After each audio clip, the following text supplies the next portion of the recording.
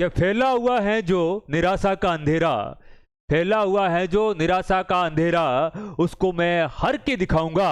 और कुछ करने निकला हूं मैं तो कुछ करके दिखाऊंगा, कुछ करने निकला हूं मैं तो कुछ करके दिखाऊंगा। माना कि जीवन में सूनेपन के रंग हैं, माना कि जीवन में सूनेपन के रंग है, और मैं इन सूनेपन में नव रंग भर के दिखाऊंगा, नव रंग भर के दिखाऊंगा। मेरे साथियों, आप भी नौ रंग भरने के लिए निकल पड़े हो, ठीक है ना, इस स्टडी की राहों में।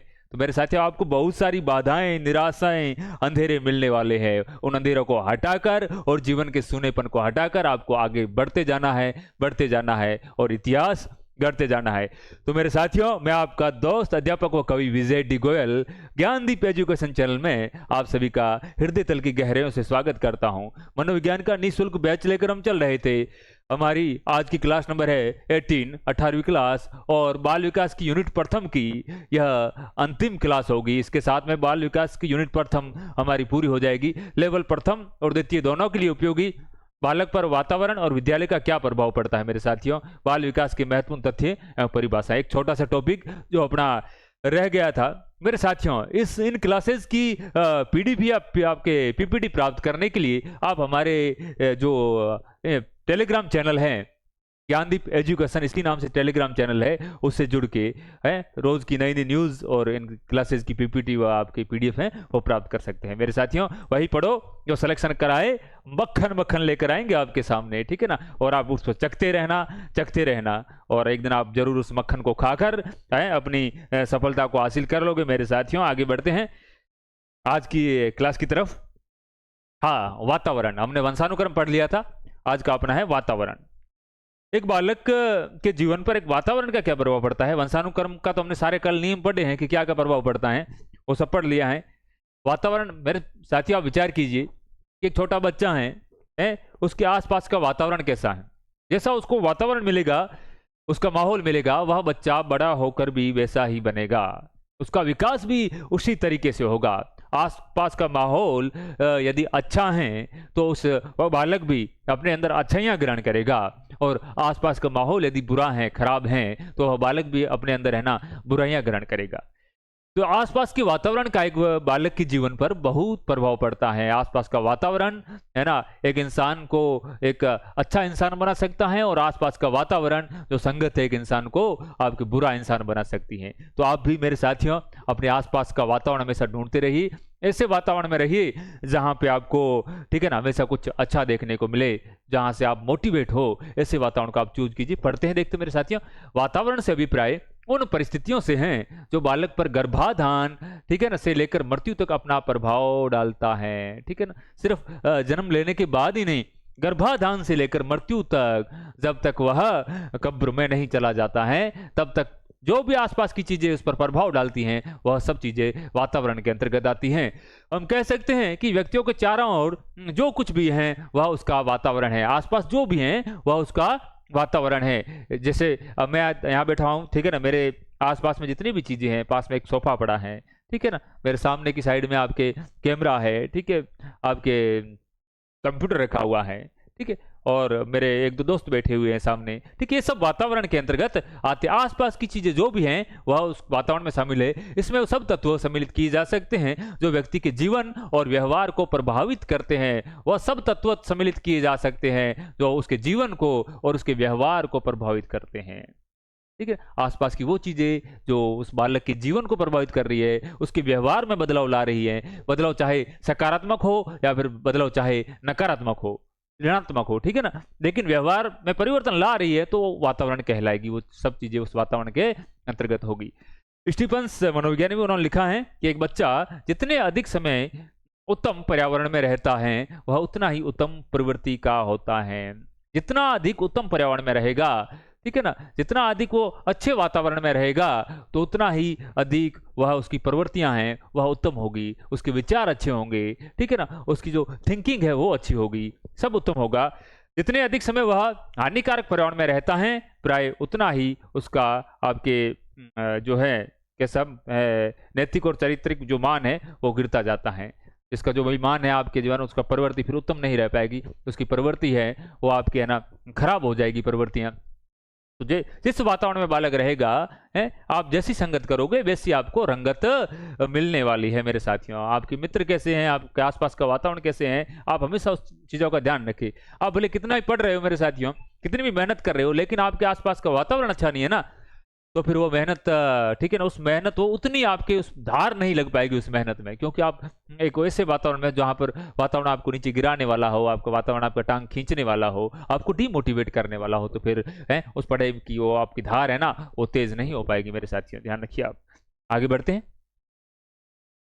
हाँ, नोट, विकास वंशक्रम व वातावरण का योगफल न होकर गुणनफल है। ये परीक्षा में कई बार पूछा गया है कि विकास क्या है। ठीक है, तो दे दिया विकास क्या है, वंशक्रम मल्टीप्लाई वातावरण, वंशक्रम आपके जो ऐड वातावरण है, वंशक्रम डिवाइडेशन वातावरण, इस प्रकार से दिया हुआ था।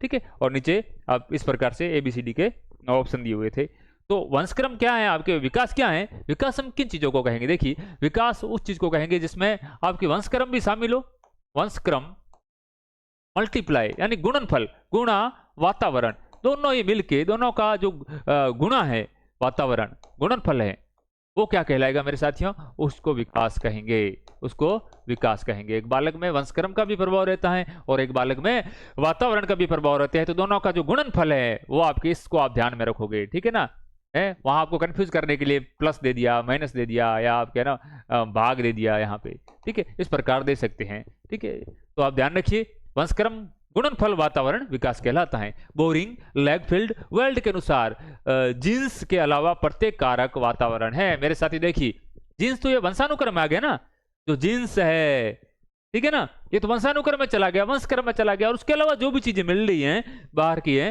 वो प्रत्येक कारक है, वो वातावरण के अंतर्गत आता है। वुडवर्थ क्या क्या कह रहे हैं, वुडवर्थ कहते हैं वातावरण में वे सभी तत्व आ जाते हैं जो बालक को अपना जीवन आरंभ करने के समय से ही प्रभावित करते रहते हैं, आरंभ करने के समय से ही प्रभावित करते रहते हैं मेरे साथियों।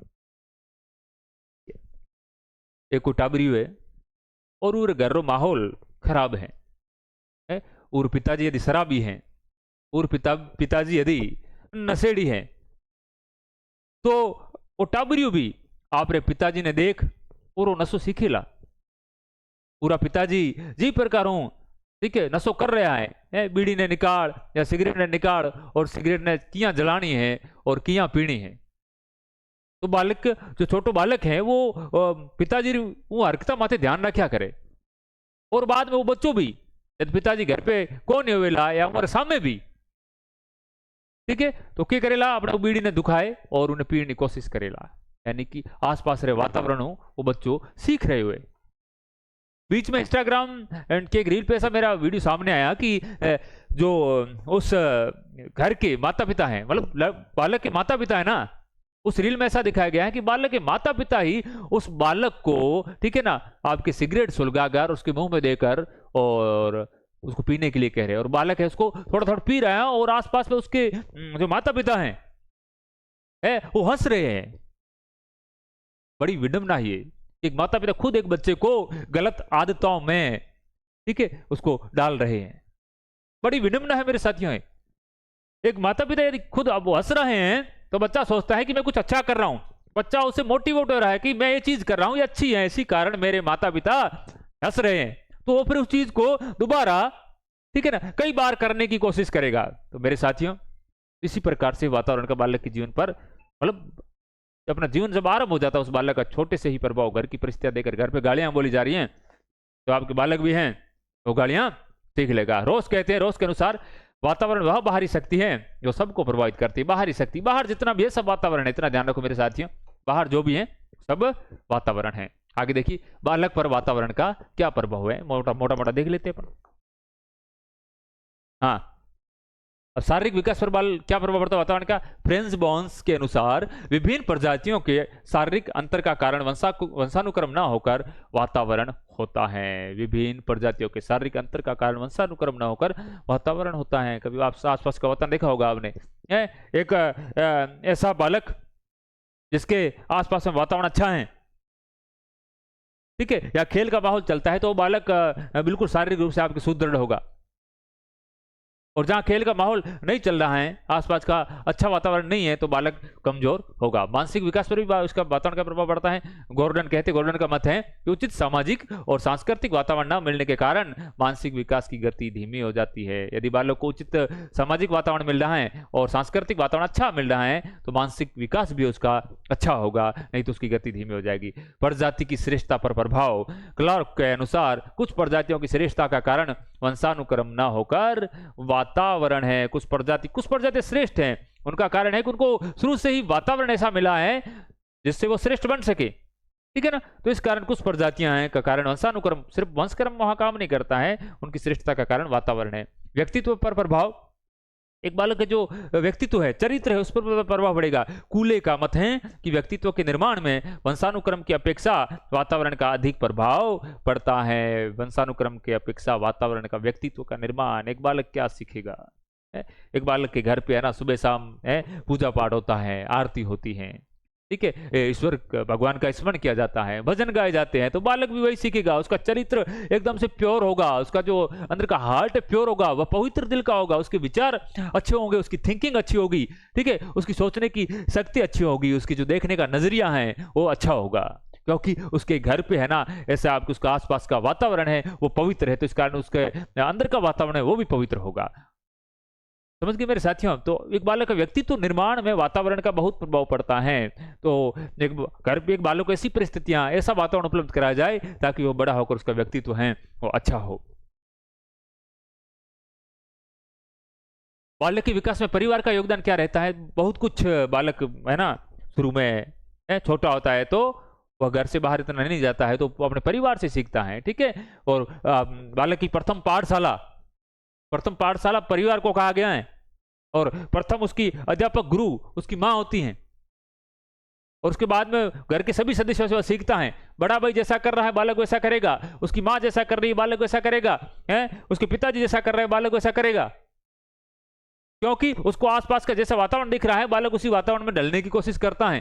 घर के परिवार के वातावरण तथा सदस्यों की साफ बालक पर अवश्य पड़ती है। इसी कारण बालक के विकास की प्रथम पाठशाला परिवार को माना जाता है, और इसके प्रथम जो अब गुरु होती है वो माँ होती है। बालक को सर्वप्रथम प्रेम स्नेह की शिक्षा परिवार में मिलती है, किसी स्नेह व प्रेम की शिक्षा मिलती है, ठीक है। घर में प्रेम है, प्रेम का माहौल है, तो बालक भी प्रेम करना सीखेगा, ठीक है। और घर में माता पिता लड़ते रहते हैं, उसकी मम्मी और पापा दोनों आपस में दिन भर घर पे आप उसकी लड़ाइयां चलती हैं,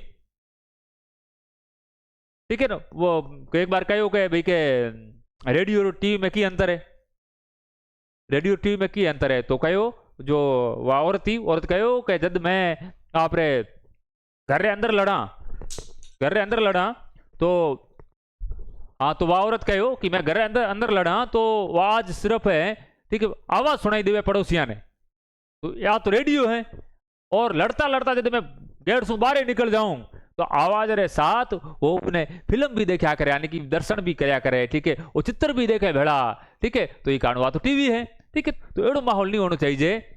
यदि ऐसा माहौल है तो बालक भी फिर क्या करेगा, वो लड़ाइयाँ सीखेगा। यदि प्रेम का माहौल घर में नहीं है, नफरत का माहौल है, ठीक है ना, लड़ाई का माहौल है, तो बालक भी ऐसा ही करेगा। परिवार बालक की प्रथम पाठशाला है, और वह परिवार में सभी गुण सीखता है जिनकी पाठशाला में आवश्यकता होती है। परिवार में ही बालक सर्वप्रथम सामाजिक व्यवहार का अनुकरण करना सीखता है। सामाजिक व्यवहार का सर्वप्रथम अनुकरण परिवार से ही होता है। परिवार बालक की उत्तम आदतों चरित्र के विकास में योगदान देता है। उत्तम आदतें बनाने में, अच्छी आदतों का निर्माण करने में परिवार का सबसे पहले योगदान होता है।